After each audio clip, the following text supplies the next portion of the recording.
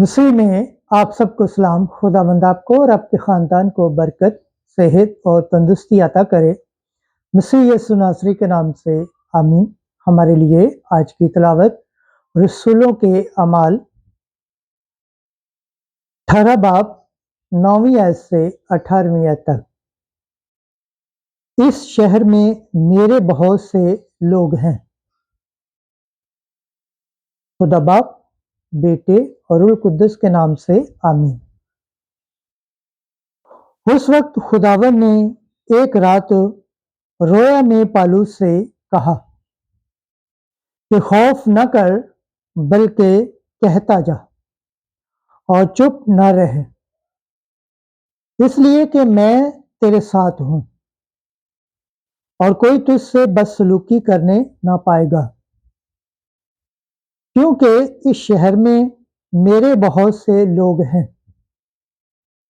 بس وہ 1 سال 6 مہینے وہاں رہ کر ان کے درمیان خدا کا کلام سکھاتا رہا، مگر جب گلیون اکیلا کا والی بنا تو یہودی ایکا کر کے پالوس پر چڑھائے اور اسے عدالت میں لے گئے اور کہا کہ یہ شخص لوگوں کو بہکاتا ہے کہ بے طریقہ خلاف شریعت خدا کی پرستش کرے۔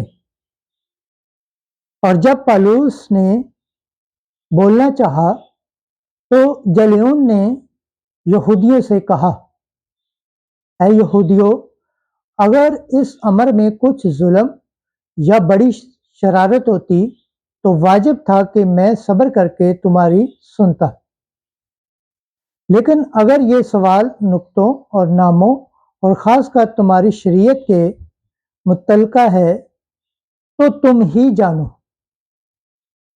میں ایسی باتوں کا منصف بننا نہیں چاہتا۔ اور اس نے انہیں عدالت سے نکلوا دیا۔ تب سب نے عبادت خانے کے سردار سوتنیس کو پکڑ کر عدالت کے سامنے ہی مارا، مگر گلیون نے ان کی کچھ پرواہ نہ کی۔ بس جب پالوس اور بھی بہت دن وہاں رہ چکا تو بھائیوں سے رخصت ہو کر جہاز پر سیریا کو روانہ ہوا، اور پرسکلا اور اکیلا اس کے ساتھ تھے، چونکہ اس نے منت ماندی تھی، اس لیے کہ اس نے کنکریا میں سر منڈوایا۔ خداوند کے پاک کلام پڑھے اور سن جانے پر خداوند کی برکت ہو۔ خداوند کا شکر ہو، آمین۔ آج کا زبور پڑھا جائے گا، زبور 46 دوسری آیت سے 7ویں آیت تک۔ جماعتی جواب: خدا تمام زمین کا بادشاہ ہے، ہاللویہ۔ اے سب قوموں، تالیاں بجاؤ، خدا کے لیے خوشی کی آواز سے للکارو، کیونکہ خداوند متھیار و مہتاب ہے، ساری زمین پر شاہ عظیم ہے۔ جماعتی جواب: خدا تمام زمین کا بادشاہ ہے، وہ قوموں کو ہمارے متحد